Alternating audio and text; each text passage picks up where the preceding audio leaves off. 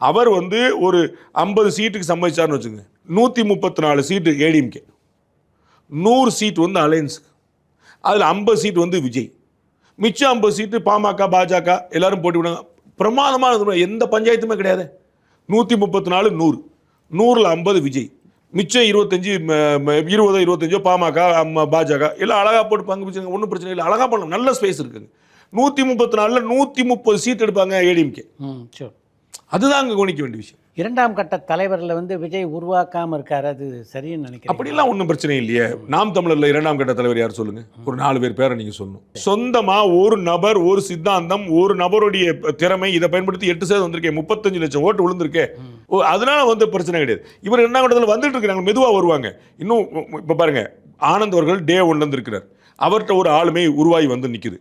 ஆதவர்ஜுனா அவர்கள் வந்து ஒரு பெரிய அக்ரெசிவான ஒருத்தர். ஜான் ஆரோக்கியசாமி கெட்டிக்காரத்தனமா சிந்திக்கிறார். இன்னைக்கு வரைக்கும் அவருடைய ட்ராக் ரெக்கார்ட் சரியா இருக்குது. விஜய் அவர்கள் இன்னைக்கு வரைக்கும் பிளண்டர் பண்ணிட்டார்னு ஒன்றும் சொல்ல முடியல.